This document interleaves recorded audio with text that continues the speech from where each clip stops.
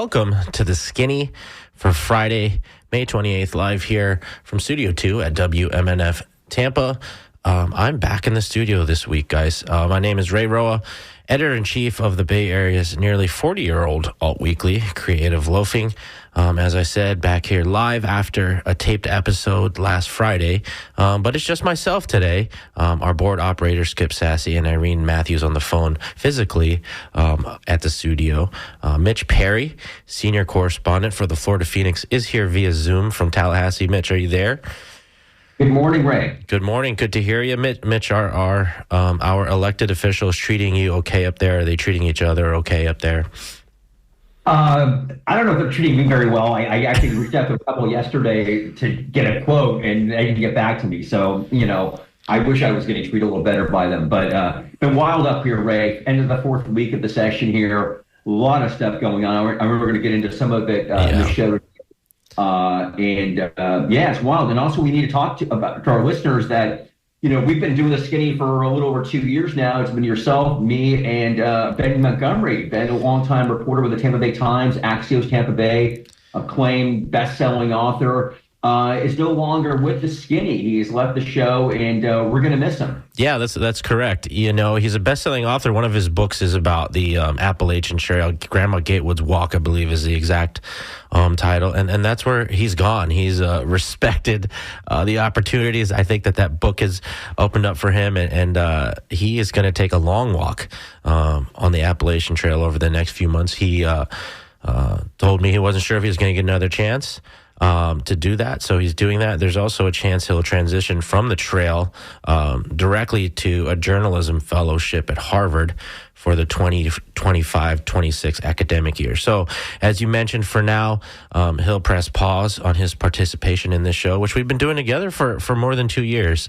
He did say that volunteering at WMNF is the act of loving a place and sometimes feeling it love you back. And I know that he really came to love this place in the time he spent here, did some hurricane sleepovers here, and, we hope to hear from him soon. But, Mitch, we're not really going to rush into bringing a third person back. I think eventually we will. But for now, you and I are going to make this work weekly as you finish out the session. And hopefully the listeners will continue to support the show and the station, and we can keep doing this. Yeah, absolutely. And I do hope I can be here every Friday. It's tough. We've been very lucky. There hasn't been, except for a couple of weeks ago, the session hasn't been going on Fridays. There was that meeting a couple of weeks ago I covered in the House. Ray, it was extraordinary. 3-hour meeting on insurance, property insurance, right? It was all because of this blockbuster story that the Tampa Bay Times reported about a report that had not been released that showed that back in between 2017 and 2019, all these major insurance companies in Florida who said they were losing money were actually sending billions of dollars to their affiliate companies.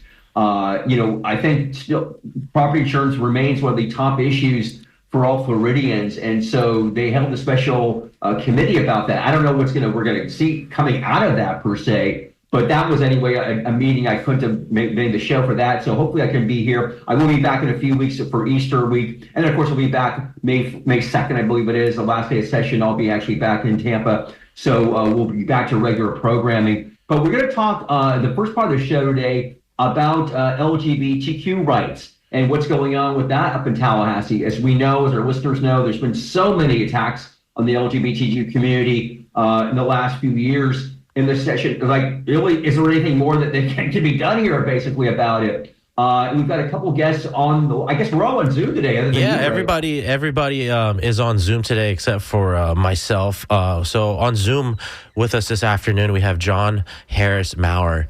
He's the policy director with Equality Florida, and Louis Salazar, president of the Hillsborough County LGBTQ plus Democratic Caucus. Louis is also a grand marshal in the Tampa Pride Parade happening tomorrow in Ybor City. Is the connection clear, John and Louis? Are you both there with us today? Loud and clear, Ray. All good. Thank you. Good morning. Right on. So let's kind of get right into it, Mitch. As you mentioned, Mitch, there was this question. How much more can they possibly do on this culture war front, on this attack on LGBTQ plus rights? But as your reporting has seen just in the last couple of weeks alone, Mitch, there's a whole lot. And Equality Florida was at the Capitol a couple of weeks ago. Louis, I believe you went up there. to talk about this continued assault on the rights and lives of LGBTQ plus Floridians. Folks who took the stand described the state as still ground zero for these kinds of attacks and warned that the Trump administration was going, taking a page out of the Florida playbook. Is that correct, Mitch? Yeah, absolutely. And we've got John here. John, of course, is the public policy director with Equality Florida. Actually, John, I found I was on the website for Equality Florida. So you were actually, you grew up in Florida, but you attended university, you were in Texas, and you worked for the mayor there in East Parker in Houston. Is that correct? I did undergrad in Houston and then worked for Anise Parker's mayoral campaign when we helped elect the first out lesbian of a major American city. And then worked actually in the Texas House of Representatives for a session over there before coming to Tallahassee. Okay, Texas, Florida. So all the liberal bastions you've been hanging out at. I love an easy fight. Yeah, I mean, it's got to be tough for you. So let's talk about, first bill I want to talk about is the flag bill, right, which we've seen the last couple of years here. I think 2 years ago, Jay Collins out of the Hillsborough County area was carrying it, and it got some bad publicity initially, and it never even came up at all really in committee. It did last year. It died in committee. We've got a new measure this year sponsored by Randy Fine, who now has officially left the legislature to run for Congress. And by the way, we're going to talk about that later in the show, about the special elections in Florida next week. But this is, and Jonathan Martin from Lee County is also sponsoring this. So this would be basically, John, we'll talk about this. It would ban local governments and public colleges and universities from displaying a flag that represents a political viewpoint. And that includes, quote, a racial, sexual orientation or gender or political ideology viewpoint. Tell us why Equality Florida really opposes this measure. Absolutely, Mitch, and I appreciate that history. This is the third year that we have seen the bill introduced. As you noted, I think the first year it did not get a hearing because there was a supposedly accidentally released amendment that would have expressly allowed Confederate flags that did not go over so well. But it is moving through the process. This session has now actually been through 2 of its 3 Senate committees, no House hearings yet. But it is a primary concern for Equality Florida because it is so clearly and explicitly, by the bill sponsor's own words, targeting pride flags. And again, for listeners, this applies to quote unquote political viewpoint flags in any government buildings. So that is certainly something like raising a pride flag at City Hall to recognize Pride Month. But particularly important for us, also things like public schools. And we know just how important things like, a pride flag or that sort of a rainbow safe space sticker can be in ensuring that we've got visibility and signaling to folks, where they can be themselves and be safe and supported. And we obviously talk about this as a flag ban bill. And as noted, not just pride flags by any means. They've clearly stated their intent on the record to go after things like Black Lives Matters flags, what have you. But importantly, as we see in so much of this legislation, the terms aren't defined. So when we say flag, I would venture that most all the listeners have a pretty similar idea of what pops into mind. But in this case, the bill sponsor was asked about it in committee, and he said specifically, it is any representation of a flag. So that is cloth on the flagpole, but it is also, as they've said previously in committee, things like a rainbow lapel pin, a coffee mug with a rainbow flag on it. And it is just absurd that we might be living in a state where we have to have government approved coffee mugs for our teachers in public schools. We should also say, and again, we're speaking with John Ellison-Auer from Equality Florida. John, there's also a part of this bill that would allow active or retired members of the armed forces or National Guard to, quote, take reasonable efforts to stop someone from desecration, destruction, or removal of the United States flag. This is kind of wild. And during the hearing this past week, Kathleen Passidomo, the former Senate president, she said, quote, I don't want a retired military person to want or feel that they would have to enforce this bill. I do not want to see a 90-year-old veteran getting into an altercation with someone twice his size. I can't believe they're going to keep that in the bill. I don't know. It really is outrageous and has been made clear, again, in committee that applies on private property. So in theory, your neighbor could walk onto your property if they think you are, quote unquote, desecrating the flag and not, properly honoring it, to go remedy that situation. And Senator Polsky in the first hearing asked and confirmed, it might have been Senator Arrington, there's no training on what constitutes desecration of a flag. There's no training for anybody on what reasonable force is that could be used in those scenarios. So it is really a dangerous provision that just feels like grandstanding and has no point in our state laws. Let me ask a question here, Mitch. Obviously, this applies to government buildings, but how long until this infects, the private sector? Louis, I'm wondering if you could provide some insight here, because locally, I've talked with a lot of business owners and leaders of certain firms and things like that who've been treading lightly on their diversity messaging out of an abundance of caution, be it Black History Month or anything like that, because the feds are obviously watching this kind of stuff. And talking with business leaders, Louis, locally, how scared are they? I mean, this weekend in Tampa, we're going to see an abundance of pride flags and a very loud display of support for the LGBTQ plus community. But how long until bills like this, should this one pass, until they start to infect private businesses, Louis? So right now what's going on is privately, take, for instance, Tampa Pride, right? Tampa Pride has had sponsors for years, big corporations that have come in that, help put on the event. This year, big corporations like Chase Bank, the Hard Rock Casino, they backed out. And some of them even asked for their money back. Right. So that's how it's impacting our community right now, to have these visible spaces for our community to celebrate who we are. And business owners are going to be impacted by it, because they're going to be like, well, when do I cross the line, right? What flag can I have? What flag can I not have? And if I do display this, how is it going to scare customers away, or what's that going to do for my business, right? So it's already impacting them, and it's impacting our community as well, because when we have companies and businesses that do support us and do support the LGBTQ plus community, and they're given these laws and these restrictions, they now have to tread very lightly on what they do and what they can't do. Yeah, I was going through photos of 2024 Pride for our Creative Loafings issue, which is on stands now. And there were all these corporations in there, and elected officials too. And I was wondering, how many of them will be back? John, a question for you, just because Equality Florida is so good at its messaging, at organizing, and being effective when it comes to making sure that, voters understand what's going on in Tallahassee. What has been Equality Florida's messaging to these private corporations as this so-called crackdown on diversity happens at the federal and now state level? Absolutely, and I think Luis is totally right on all those points. We are continuing to encourage corporate partners to stand with our community, and reflect the values that they often message on and hold out there.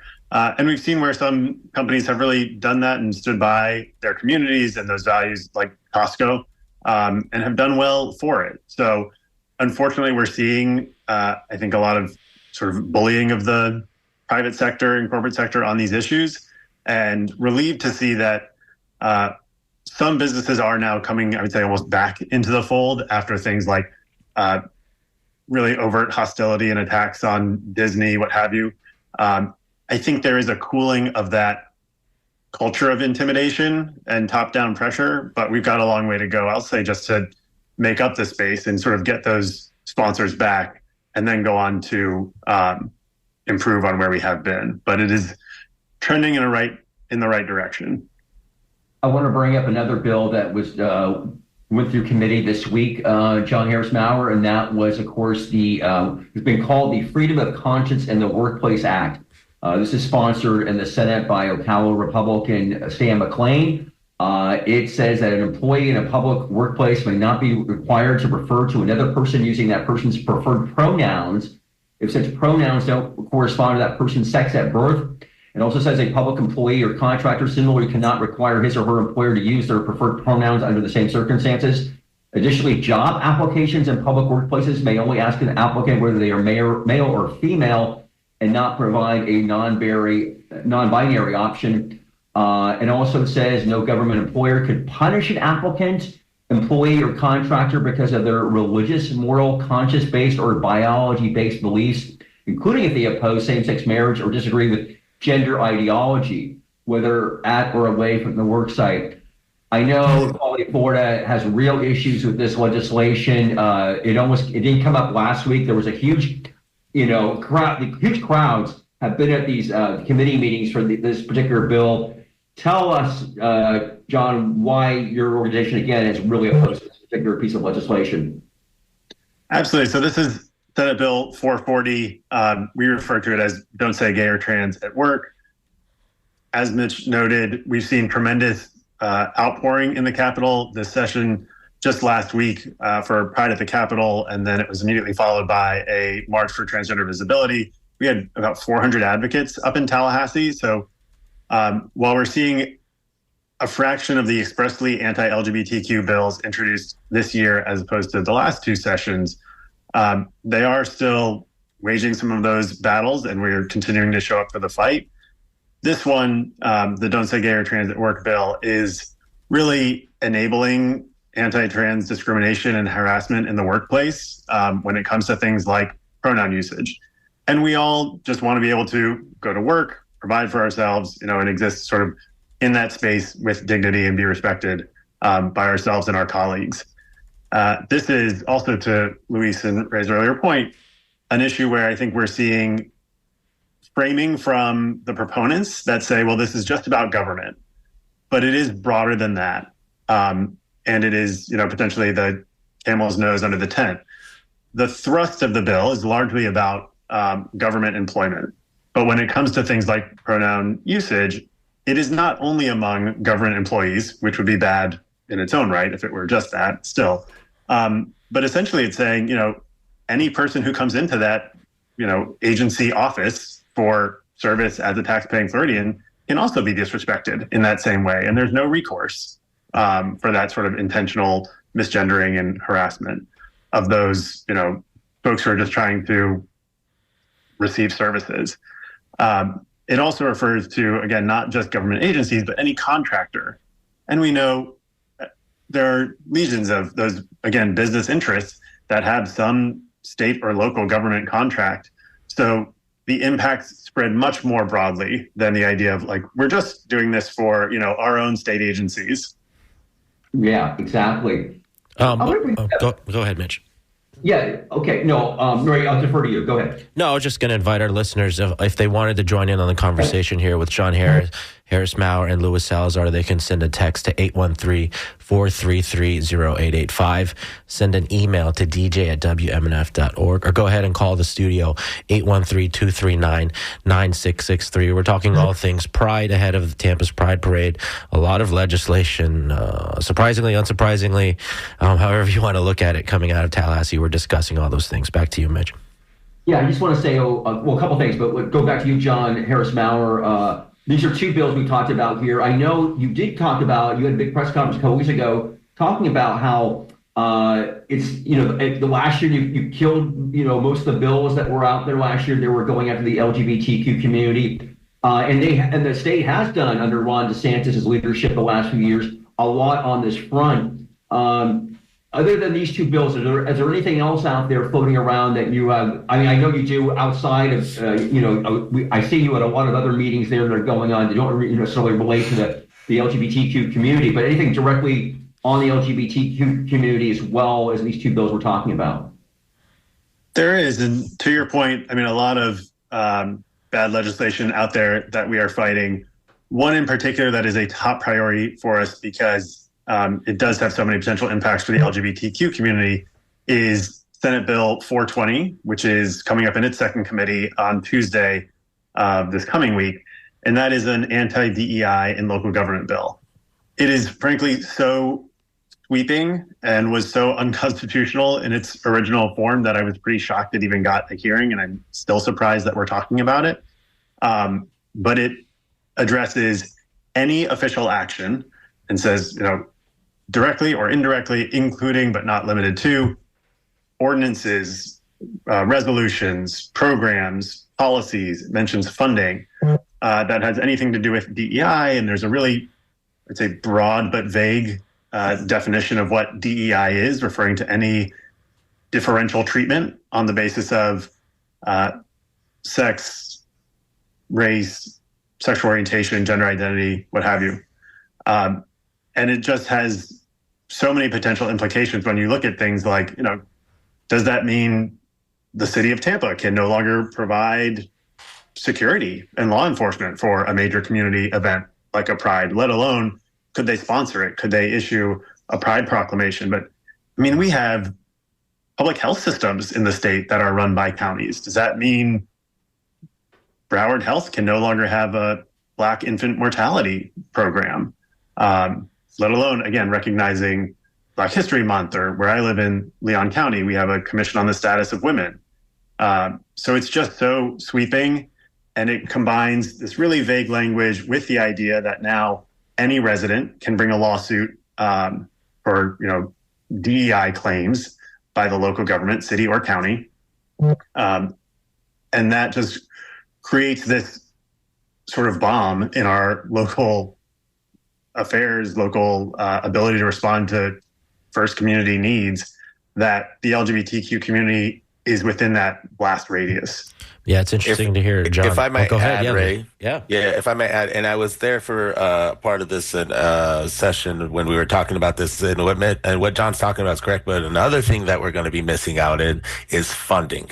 Right? Funding for jobs, funding for education, funding for healthcare, because these DEI restrictions are going to cut that funding off. That means less people in Florida getting the essential needs of healthcare, education, and being able to live being able to have a good job. Right? So those are going to go with those as well. That's the ultimate thing that's going to be gone.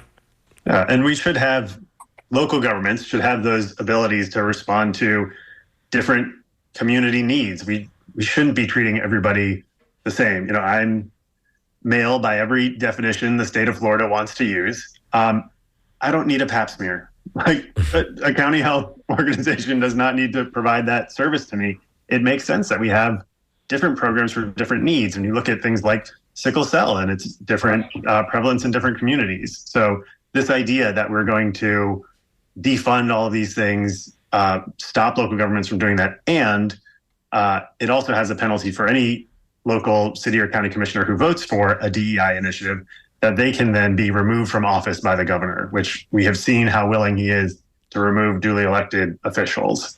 Definitely. I was just on the phone. I did not know. I'm sorry. I was to say that, I haven't been following that bill. I mean, we're following so many different bills. I did watch a little of the discussion, the last committee meeting about, I think maybe Senator Polsky talking about sickle cell, actually, again, or some of the legislators did, about that specifically, how healthcare, you have to attune it to different communities. That's just like good healthcare.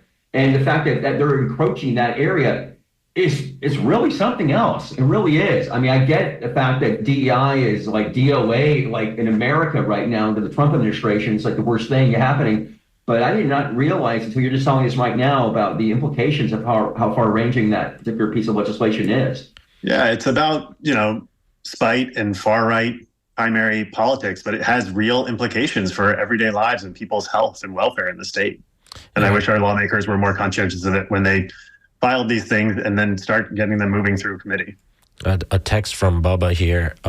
All this anti-DEI BS just shows that MAGA idiots are the true snowflakes. Why do we need to cater to these small men and women?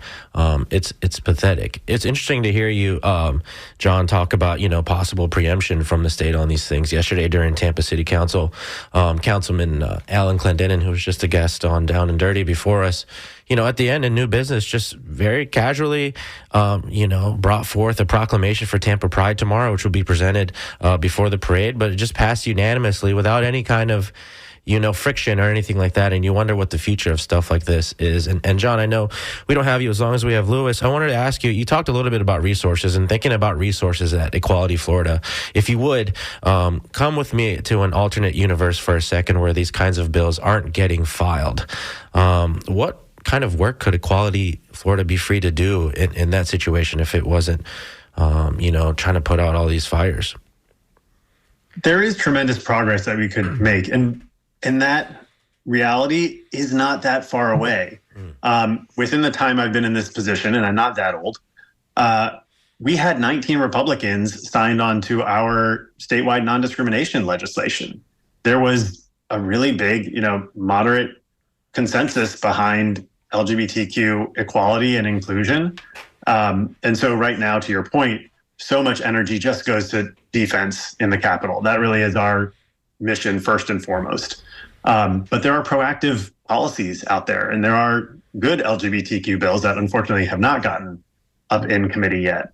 Some of that is frankly just undoing a lot of the harm that we've seen recently when it comes to things like restrictions on gender affirming care, expansions of book banning. But, there really are a lot of places where we could do better. And we saw a sliver of that, I will say, to their credit, last session when a PEP access bill passed the legislature, the first proactive piece of LGBTQ legislation in recent history. But there's so much more that we could do there when it comes to the health space and health access for, again, unique community needs, or the education space. So I hope that we will get there. And I think that we can, we are marching towards something. It really does mean something, and it's a hopeful sign that fewer bad bills, expressly anti-LGBTQ bills, have been filed this year. And maybe our hope is that that shows that lawmakers are sort of getting tired of the distraction and cruelty of these culture war bills that aren't serving anybody's interests. When you talk about those things like insurance that they have had some focus on and should be focused on, to Mitch's point earlier. More time on that, less time attacking, a bill that was filed this session addressing neo-pronouns. Mm-hmm. I do this for a living, and I had to look up what a neo-pronoun is. So let's address actual issues. We have another text here, and it's not signed, but I think either Lewis or John, I think you would be great to respond to this, because I think it is a question that a lot of people pose, especially from an anti-trans kind of standpoint. Can someone explain to me why an adult minus a parent or doctor should be talking to a child age 17 or younger about their sexuality? Look, as an LGBTQ plus person growing up in a small town that was not okay to be gay in or not to be LGBTQ friendly in, I wish I would have had a conversation with someone about who I was. It would have saved me a lot of turmoil in my life. I would have not been thinking that something was wrong with me or that I was broken. These conversations do need to happen with parents, right? With mom and dad. And it's something that we need to, as a society, make okay, right? It's okay that there are people that are LGBTQ out there, and it's okay that this community exists instead of fighting at every corner we have, right? And now I live in a community where I'm still fighting an uphill battle because it's Florida, right? Let's face it. But we are trying, and we are out there. And for someone to have a conversation with someone under the age of 17 about what's going on, right? It could save their life. That's why it's important. You could save a human being's life from suicide, from thinking their entire life that they're wrong or broken or that they just shouldn't exist. That is not how we should be wishing upon any one of our children. And I ask any parent out there, would you want your child to suffer like that? Right? What would you do in that situation? John, anything to add to that? I think Luis is spot on. Mm-hmm. And it is not that anybody is trying to exclude parents or other figures from those conversations. It's, I think, about where there's the comfort to have them. I mean, I consider myself tremendously lucky. My parents are wonderful, supportive, what have you. But I was one of those young folks who was still just inherently terrified to talk to them about it when I was getting ready to come out. And so, I talked to my high school guidance counselor before I talked to my parents. It was just where I felt more safe. And we know that today our young folks are coming out younger and younger. And the first place they often do that is to a friend or somebody online, and then also in schools, and then to family members. And so we wish that everybody's, had that really supportive family network, and they felt first and foremost comfortable doing so there. But again, to Luis's point, it's just about making sure that there is someone who can offer that support and make sure that, our young folks aren't just struggling. And John, I don't want to cannibalize all your time, and I know we want to talk to Lewis about some stuff, and Mitch, don't let me exclude you. But I'm wondering, John, if you could maybe give us a little bit of insight into how Equality Florida's work inadvertently also protects the rights of straight people, so-called, straight people, because, some of these issues aren't exclusive to the LGBTQ plus community. Absolutely. There are so many different answers to that question. I really appreciate it. The most basic one, and the one that has me banging my head against the wall most often in the legislature, is when you look at these policies, they are virtually always written, in terms of sexual orientation and gender identity. And we so often lose the perspective, or I'll say sort of our opponents in the process, lose the perspective that everybody has a sexual orientation and a gender identity. So when we talk about things like, hate crimes protections on the basis of sexual orientation and gender identity, non-discrimination on those bases, that applies to everybody, not just the LGBTQ community. And in fact, there is a case before the Supreme Court right now where a straight woman is arguing that she was discriminated against and passed over for a promotion in favor of two lesbian women, I believe, in that case. And that is a reasonable claim. If you are saying sexual orientation and gender identity, it protects everybody, not exclusively the LGBTQ community. More broadly, how does our work, benefit broader constituencies? I feel like we're really seeing that this session. And we've already alluded to how hard the recent sessions have been. And a lot of that has focused really specifically on particularly the trans community within the LGBTQ community. And what we have said as we sort of call folks into that fight and help them understand why it is so important is not only, though it would be sufficient, that we have to stand with our transgender siblings and our membership, but also we can see the playbook that they're running. And while they may have started attacking the trans community because they felt like it was the most politically expedient or what have you, they were sharpening their spear for the next battles. And so this session, there's a whole constellation of legislation that seeks to sort of take the next run at these anti-DEI approaches. And it is not just about the LGBTQ community by any means. In fact, most of these bills don't refer to the LGBTQ community at all, but they are rolling back and striking any programs that acknowledge basically diversity in any form. So where there is recruitment, supplier diversity, what have you, striking those programs. And it is astounding. Sorry, I'm soapboxing here for a minute because I feel strongly about this area. To see where they're seeking to strike from statute existing legislative findings that say there's a history of racial discrimination and we are putting these policies in because there's a compelling state interest to remedy these. And so now they are striking that and saying we now no longer need supplier diversity or minority business programs. And so, those programs, frankly, have rarely, if ever, benefited the LGBTQ community. At least anecdotally, I think women-owned businesses are the biggest beneficiaries of those. But again, we know that it's important to show up for all these fights. As Luis has seen in the Capitol, when we all mobilize together, there are added benefits as well. The last 2 weeks, we particularly swamped the Senate Government Oversight Committee with tremendous turnout, not just Equality, but our partner organizations, Equality Florida, but our partner organizations as well.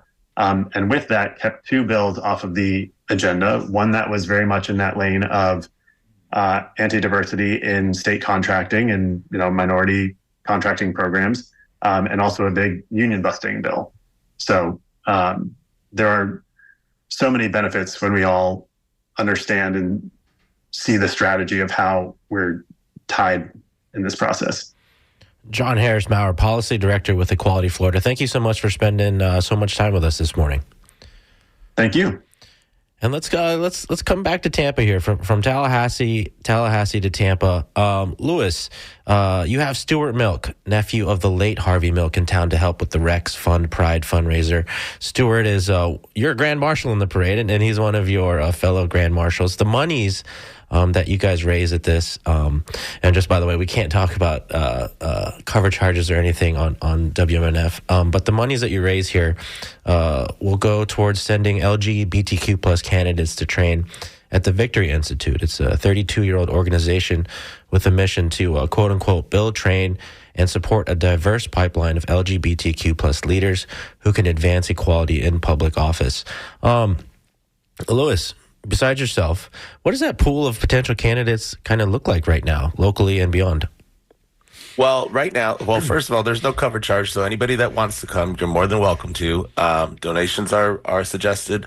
I want to have people there to celebrate Stuart Milk and all the wonderful things he's done for our community. But having LGBTQ representation at every level of government is important because you need to see yourself in that chair, right? That happens with all marginalized communities. That happens with me as a Latino, right? I like to see Latino leaders leading so I can see other people there as well that know what my struggles are, what I'm going through. LGBTQ representation right now is actually, we have some here in Tampa. We have Ellen Clendenin. We have the mayor. We have Lisa McClain, all great human beings that are doing great work, right, in our city. And so this allows us to be able to train more people right now, to send them to the Victory Institute, to see what it is to run a campaign, what it is to raise money, right? And what steps they have to do to get to the level of these people that are already leading in our community. And it's important, right? It's important to see ourselves in the steps of our leaders. Lewis, WFTS did a great job with you in profiling your upcoming Grand Marshal position. And I noticed yesterday as I was driving through Ybor, Disco Pony opening up in the old Attic Brothers space. And before that was MC Film. It felt a little bit like a gay bar throwback for me. And you're a young guy. You've alluded to this a little bit on the show already, but you didn't have a gay bar or place growing up. And that's not really the case for young folks now, especially if they live in Tampa. How worried are you about Tampa's gay-friendly vibe going away as the voter demographics change in this county?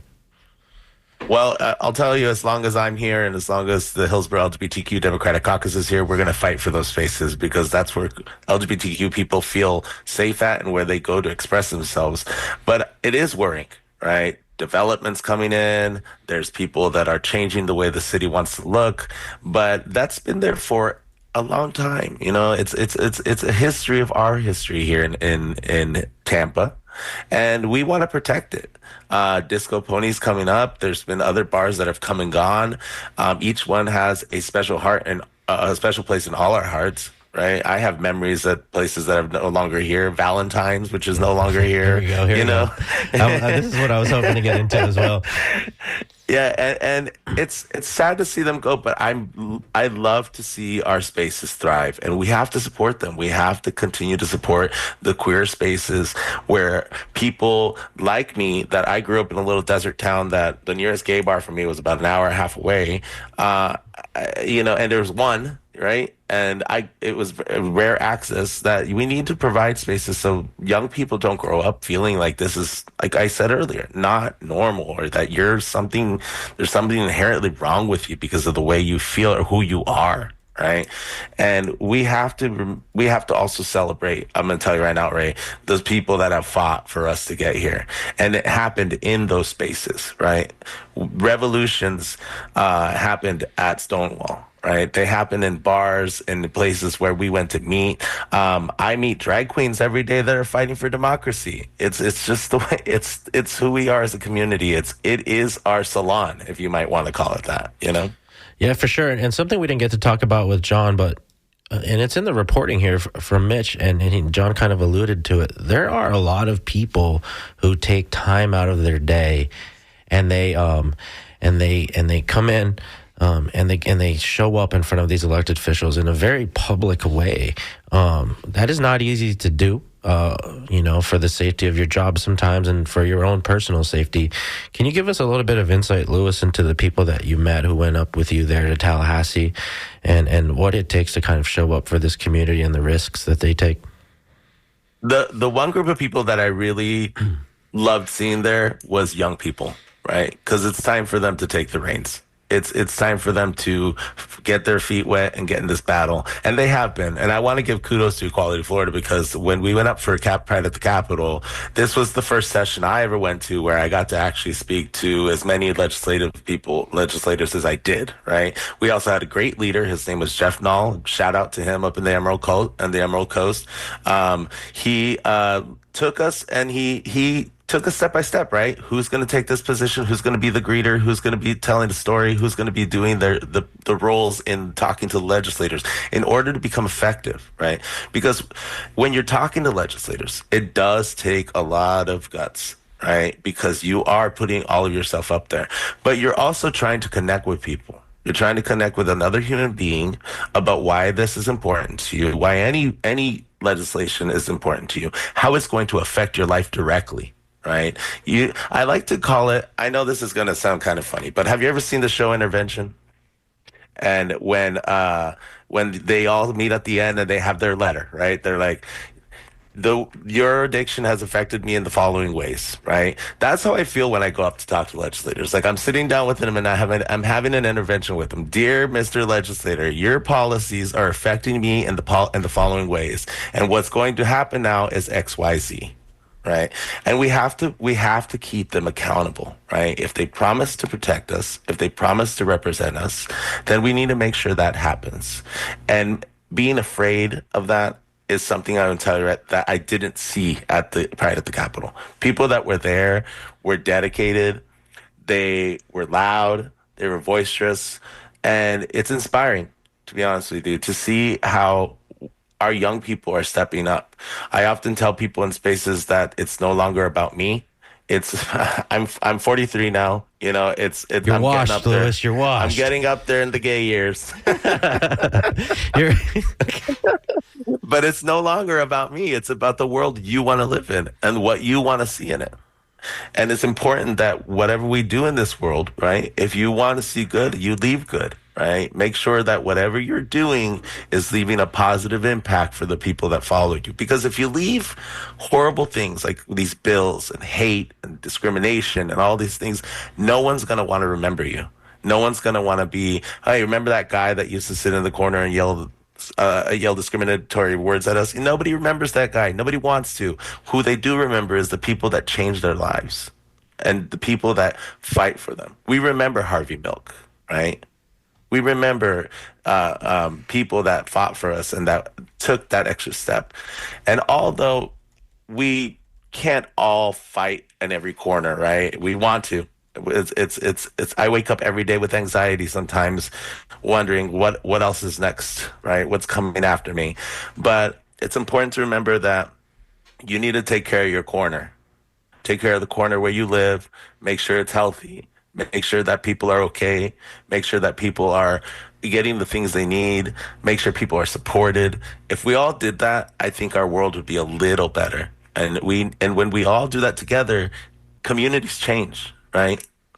We were able to take over precinct 305 with the caucus, and that's one precinct out of hundreds in Hillsborough County. And because we did that, we increased voting there by 20%. That might not be huge to a lot of people, but it's huge to us because it's our community. Louis Salazar, president of the Hillsborough County LGBTQ plus Democratic Caucus. Stay with us, Louis, please, because I know Mitch wants to talk about elections here. Yeah, absolutely, Ray. Again, resetting for our listeners, if you're tuning in right now, you're listening to Skinny here on WMNF 88.5 FM, 11:49 a.m. Ray Roa down in Tampa, Mitch Perry here in Tallahassee with Louis Salazar. So I did want in the last 10 minutes talk about the special elections that are taking place next Tuesday, excuse me, in two Florida congressional districts, District 1, which is the Panhandle area, arguably the most conservative district in Florida, and also in District 6. Now, these are the two seats that were left because Matt Gaetz in District 1 was selected by President Trump at one point to be the next Attorney General. That didn't work out. But also in District 6, Mike Waltz, who's been in the news a lot this past week with this whole signal controversy, right, the National Security Advisor, he left that seat. So you have those 2 congressional elections taking place, and it's gotten a lot of attention for a couple of reasons. One is basically, of course, because the Republicans only have a very slim lead in the House of Representatives.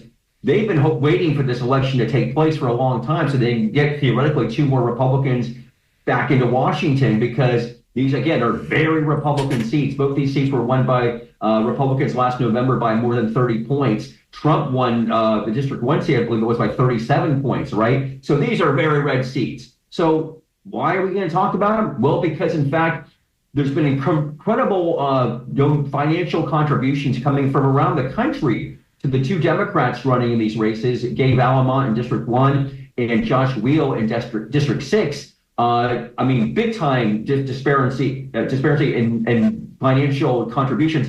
And in the District 6 race, that is concerning some Republicans. Now, again, I wrote a big piece about this earlier this week. There's really nobody's going to go on record and say that Josh Weil is going to beat Randy Fine. But the poll was, okay, there was a St. Pete polls survey came out a couple days ago, had only 4 points. Again, this is a race that the Republican won by 30 points back in November. Right now, it shows Republican Randy Fine with just a 4-point lead. Now, again, was one poll there. I read today that Tony Fabrizio, who's Donald Trump's pollster, had a Weil leading, which, is insane, right? But so this is also interesting, though, because I've seen some criticism by Democrats in here in Tampa area about that this has been people giving their money and they've been sold a bill of goods. This is just good for consultants because, in fact, these are 2 races that really Democrats can't win. And so, therefore, they're getting taken advantage of, et cetera, et cetera. And I'd love to get opinion on this. I just want to say this, though. What you're seeing here, because I covered a town hall meeting in Tallahassee this past Saturday, and we know there was one in Pinellas last week, too, right? There is, obviously Democrats have been down and out for several months since the election. That is changing now. We are seeing these public displays of emotion, of anger, what was going on with Doge and with other things with President Trump and Elon Musk are doing. And these 2 races are basically the only game in town, right, for people. There is, I should say, also that big Supreme Court election in Wisconsin, also on Tuesday. But this is a real, I think, expression of Democrats just wanting to do something, right, to contribute some money. And hopefully they are aware that, when they do give this money, that these are still very tough odds. But I do find it kind of interesting that some people are getting almost angry, some of these Democrats, because they think it's a big fleece by consultants, that voters are being sold a bill of goods, and they should be putting this money into registration or et cetera, et cetera. Look, it's hard for people to, people don't want to, from New York, don't want to write a check maybe for Florida for registering voters, right? But they will for an election coming up. So it doesn't seem that crazy to me why you're seeing the big money coming in, but it's still a development that nobody really saw, Ray. So I think that this is coming up again on Tuesday, this District 6 race. And Ken Martin, who's the Democratic National Committee chair, is coming to the district on Saturday and Sunday. And Donald Trump last night held town hall meetings for both Jimmy Patronis, who's the Republican in District 1, and Randy Fine in District 6. So Trump's getting involved. We know he wants to get these Republicans, again, sent to Washington as soon as possible. But I do find the whole thing absolutely fascinating. Yeah, Lois, what do you think about all this? Yeah, go ahead. So I'm going to get real with y'all, okay? First of all, the people that are complaining about this, their lives are not at risk. My Latino family is getting deported. Our LGBTQ family is harassed and threatened every single day, right? So we are going to go down scrapping. That means fighting for District 1 and fighting for District 6. The people that are complaining, I don't see them knocking doors in District 1. I don't see them knocking doors in District 6. I just drove a team of over 20 people over to District 1 to knock on doors for Gabe Alamont. You know why? Because my life's at risk. That's why. So don't tell me about the money being wasted or what's going on, right? The consultants are just mad because the consultant that ran that race raised millions and millions of dollars and they couldn't. Get over it. Go win other races. Go win other Democratic races. The consultants in Florida have lost races consistently back to back over and over and over again. So if you're going to complain about money being spent, win your races. All right. I think it's really important for people that are running for office when these consultants come up to them. And I know consultants, they come up and they say, what are you going to do? What's your platform? Why aren't you raising money? The candidates need to turn that around and say, what have you done? How much money have you raised? What races have you won? Show me your portfolio, right? So that's insulting. Yeah, fascinating. One other thing I want to bring up, Ray, and to Louis as well, is, we're far away from the 26th election, but not really in politics. You're never that far away, right? Always thinking about the next election cycle. We know Byron Donalds is really the only announced candidate right now, the Republican congressman from Southwest Florida, who has already gotten the endorsement of Donald Trump. We'll see about what's going to happen with there, whether Casey DeSantis gets in or not. I would be surprised if she does, although Ron DeSantis wants her to, but we'll see about that. But on the Democratic side, nobody's really talking. We South Florida Democratic Senator Jason Pizzo is considered a candidate. But this week, up in Tallahassee, I interviewed David Jolly, the former Pinellas County congressman from 2014 to 2017, who was there for a brief time before Charlie Crist beat him when the district was redistricted back in 2016. Of course, it was redistricted back to a Republican in 2022. So Anna Paulina Luna won that district back. But nevertheless, Jolly, very fascinating, interesting personality. He's been on MSNBC big time the last, 5-6 years or so. He was an early never Trumper. Well, he is considering running for governor next year as a Democrat.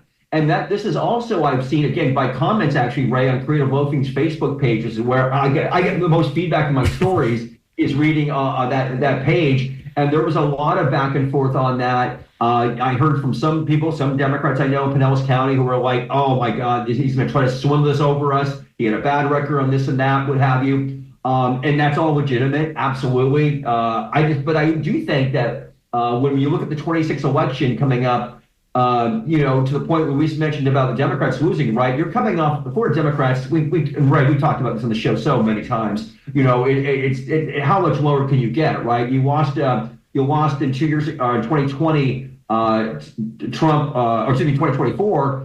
Trump won by 13 points in this state. Okay, so did Rick Scott over Debbie Brickensell-Powell. You had Ron DeSantis win by 19 points. This is a very red state right now. So I think that for Democrats, everything should be open in terms of who's going to potentially run and who might be a possible candidate. And Jolly's a very, he's a really intelligent guy. I didn't put in there, by the way, he was pro-life. Now he basically says he takes a pro-Roe position. So he has repositioned himself on that. And I think that I don't personally think it's bad if politicians, you can call them flip-flopping, but, they can evolve, right? So maybe we can talk about this more in the coming weeks. And maybe we can get David Jolly on the phone, on the show, Ray. I think that would be very interesting for our listeners. Yeah, for sure. And Louis, with the last 30, 45 seconds of the show, could you respond? Would you support a David Jolly governor race?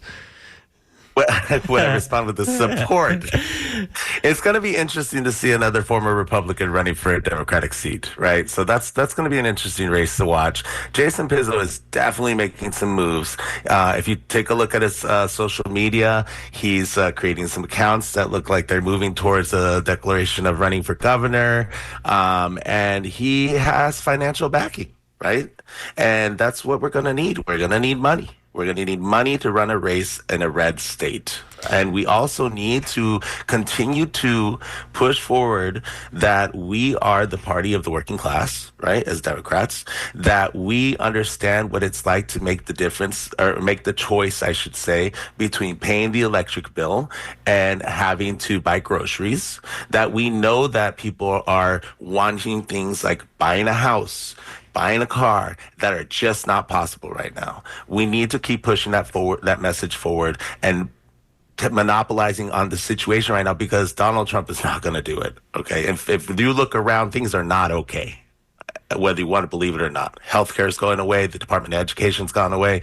They just declared this morning some other news that, people that, They're going to take away DEI, all the stuff that's going on. When is it going to end, right? So we need to continue.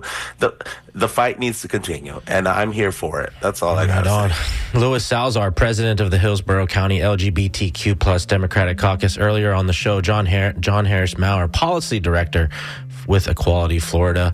Thank you so much for joining us on the show today. Mitch Perry, live from Tallahassee. Thank you for taking the time today on a Friday, Mitch, to get us caught up. A lot to talk about in the next few weeks, and we'll certainly do that here on The Skinny here on WMNF Tampa. On behalf of myself, Ray Roa, our board operator, Skip Sassy, Irene Matthews on the phone, thank you so much for tuning in.